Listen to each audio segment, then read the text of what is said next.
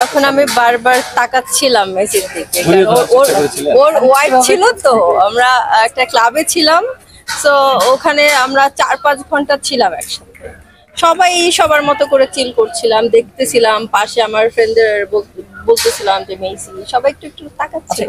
জনপ্রিয় একজন মেসি, তাকে কি জড়িয়ে ধরে ইচ্ছা হয়নি একবার? ইচ্ছা ছিল, বাট এখন কি করার, ওখানে তো ইচ্ছা ছিল কি বলেন?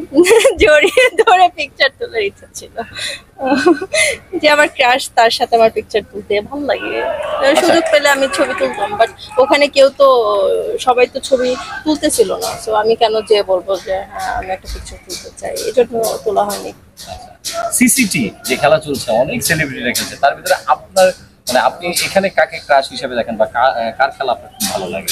আমাদের টিমের কথাই বলবো, আমাদের টিমের খেলাই ভালো হচ্ছে। ম্যান হিসেবে বলতে পারেন, পার্সন হিসেবে কোন পার্সন?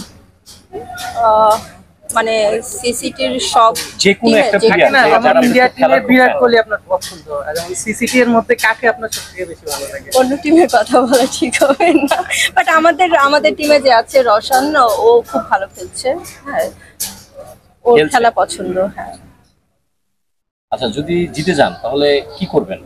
আর সিয়াম খুব ভালো খেলছিল আমাদের সাথে, সিয়ামের খেলা খুব পছন্দ। জিতে যান, ট্রফিটা আপনাদের ঘরে যায়, তাহলে আপনি কি করবেন? আর হেরে গেলে কি করবেন?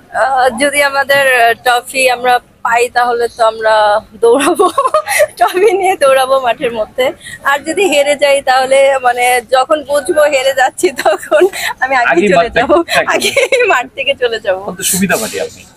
সুবিধাবাদী বলতে কি বোঝায়? মানে আপনি মানে এটা কষ্ট লাগবে না? আমরা 12-13 দিনে যে কালো হয়ে গেছি, এতদিন মানে প্র্যাকটিস করলাম, এতদিন খেললাম, তারপরে ট্রফিটা পেলাম না, একটু কষ্ট লাগবে। আচ্ছা, আমি অনেক ঘুমাই, ঘুমাতে হবে, সৌন্দর্য ধরে রাখতে হলে প্রচুর ঘুমাতে হবে। একটি ছেলে প্রেমে করতে হলে সেই ছেলে কি গুণ থাকতে হবে? আপনি যদি তার প্রেমে পড়তে চান একটি ছেলে, আমাকে পাত্তা দিবে না, তাহলে আমি প্রেমে পড়ে যাবো তার। আমার ওই টাইপের ছেলে ভালো লাগে। চলেন সবাই চলে যাই, আজকের মতো কন্টেন্ট এখানেই কেটে দিচ্ছি, আমরা আপনাকে পাত্তা দিচ্ছি না। ওকে, আল্লাহ হাফেজ। যেহেতু নাচির আপনার বন্ধু আপনি বলেছিলেন, তো নাচির কি আপনাকে মানে খেলার জন্য, ক্রিকেট খেলা শেখাচ্ছে কিনা ফোনের মাধ্যমে বা তার কাছে? সেটা যদি আমি আগে থেকে টাইম পেতাম তখন আমি বলতাম আমাকে শিখাও, বাট এখন তো আমাদের খেলা চলছে, তো এখন কখন আমাকে খেলা শিখাবে, কখন খেলবো না, আমাদের কথা হয় না। সো মানে নাসির ভাই নিজেই তো একটু বিপদে আছে বিয়ে করে। হ্যাঁ, আমাদের কথা হয় না। মিডিয়া পার্সনদের আসলে রাজনীতি করার দরকার নাই, এদের অ্যাক্টিং নিয়ে থাকা উচিত, বিজনেস নিয়ে থাকা উচিত। দরকার কি?